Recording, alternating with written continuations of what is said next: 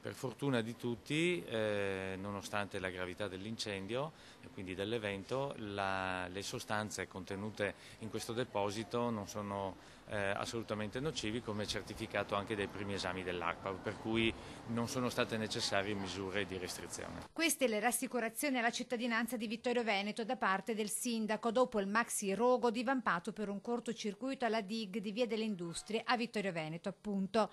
Qui, dopo le fiamme, con l'odore ancora acre di bruciato, a vedere queste finestre diventate nere dal fumo è ancora difficile farsi varco tra quel che resta della fabbrica di filtri per aria. E fortunatamente non di vernici e solventi come si pensava all'inizio. Intanto la conta dei danni parla di centinaia di migliaia di euro. In fabbrica, con il magazzino e i serramenti, a fuoco anche il materiale di lavorazione, per gran parte carta, che si trovava sugli scaffali del magazzino. Fabbrica ora sotto sequestro. Adesso ovviamente ci saranno le verifiche del caso che spettano alle autorità competenti.